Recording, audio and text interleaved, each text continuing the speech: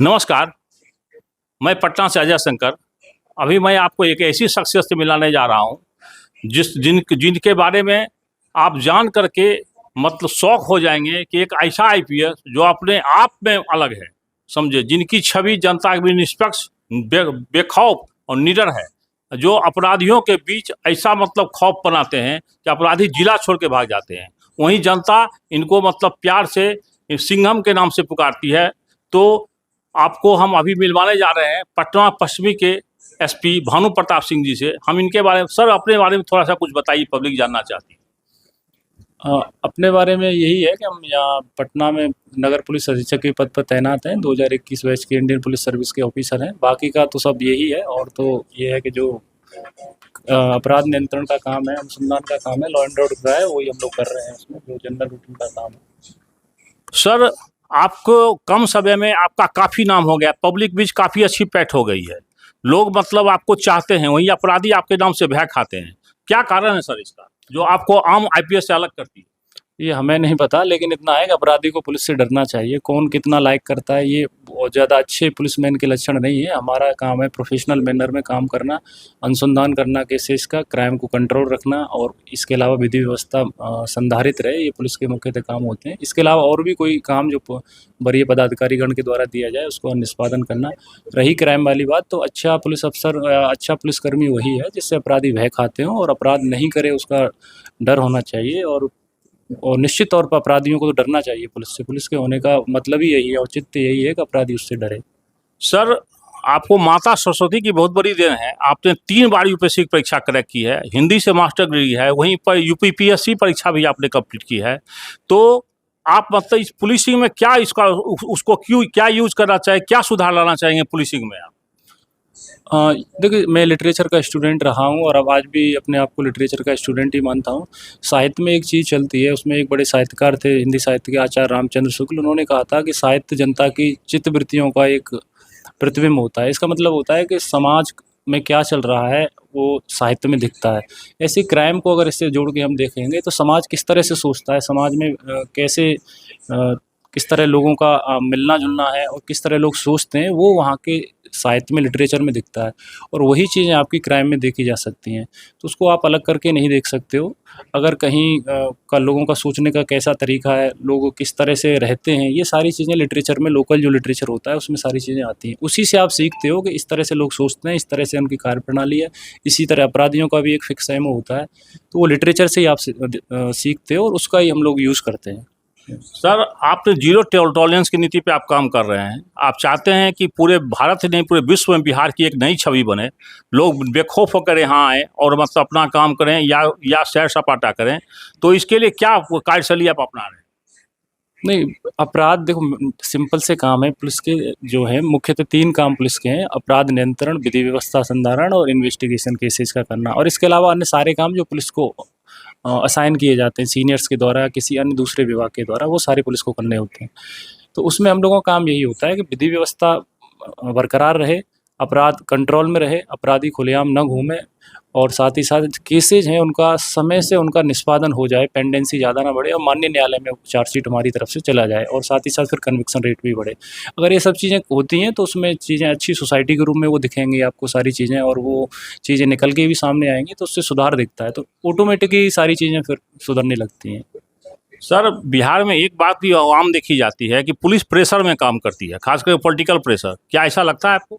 नहीं, ये मैं इसको कहूँगा आपको इसके बारे में थोड़ा सा कि ये बहुत हम लोगों के लिए, जब हम लोगों को बिहार कैडर एलोकेट हुआ था, बड़े हम लोगों के लिए बड़े फ़क्र की बात है। आज हम देखते हैं इस चीज़ को। बाकी के राज्यों का मेरा अनुभव नहीं है, लेकिन मैं जिस राज्य से आता हूँ और अपने बैचमेट्स लोगों से बात करता हूँ, निकाल लीजिए, बिहार 3 कैडर्स में से आएगा। इवन मैं तो ये कहूँगा टॉप 1 कैडर है भारतीय पुलिस सेवा के लिए। सबसे बढ़िया कैडर जो हो सकता है, तो बिहार से कोई बेहतर नहीं हो सकता। रही पॉलिटिक्स, तो मैं आपसे अपना ही अनुभव साझा कर सकता हूँ। कभी हम लोगों ने इसमें महसूस नहीं किया।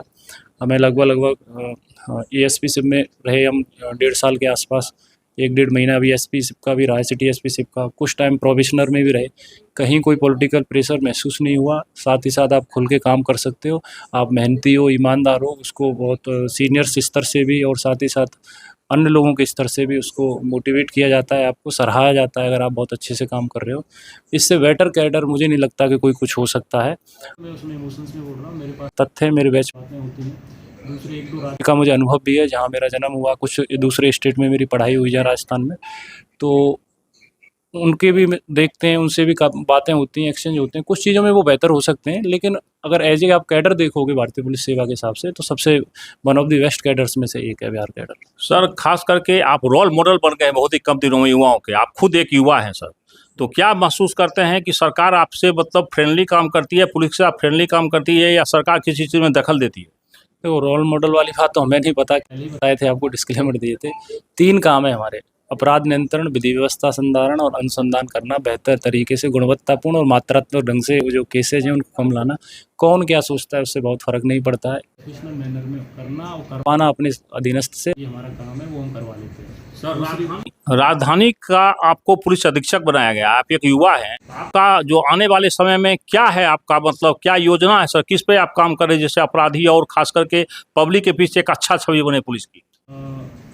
मैंने जैसा कि अपराध नियंत्रण रहे पुलिस का, देखिए जो काम है ना, रूटीन काम है, उसको हम लोग बड़ी ईमानदारी से और मेहनत से कर लेते हैं, उसी से बहुत सारी चीज़ें ठीक हो जाती हैं। आप केसेज का अनुसंधान करिए, पेंडेंस कन्विक्शन करिए प्रॉपर केस का, कोई अपराधी अगर जेल गया है तो उसका एक्यूटर हो जाए या डिस्चार्ज ना हो जाए, उस पर जो केसेस लगें।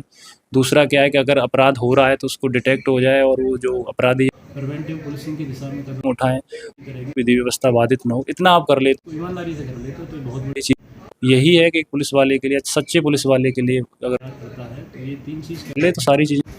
सर बिहार में करप्शन भी काफ़ी है, खास करके आपको पुलिस विभाग में भी बहुत ज़्यादा देखने को मिलता है, क्या काम कर रहे हैं इसके? करप्शन तो पूरे देश में है, आप इसको वो नहीं कह सकते हैं करप्शन केवल बिहार में है, केवल पुलिस डिपार्टमेंट में। आप डाटा निकाल, जितना किसी विभाग में करप्शन हो सकता है उससे कम पुलिस में कमी बैठी है ना। और रही इंडिया की बात, सारे राज्यों में यही कमोबेश स्थिति है। करप्शन सिर्फ ऐसा नहीं है कि वो करप्शन मानसिक स्थिति वाली चीज़ है, जो हमारा लालन मतलब पेरेंटिंग जिस तरह से होती है, लोग कैसे सोचते हैं, जैसे मैंने आपको बताया कि साहित्य वाली बात, बचपन से हम लोगों की कैसे परवरिश होती है, हमारे माँ बाप, हमारे टीचर्स, वो सारी चीज़ें उसमें डिपेंड करती हैं। तब व्यक्ति आगे आता है और 20, 22, 24, 25 साल तो समाज में रहता है, माँ बाप के बीच में रहता है, टीचर्स के बीच में रहता है।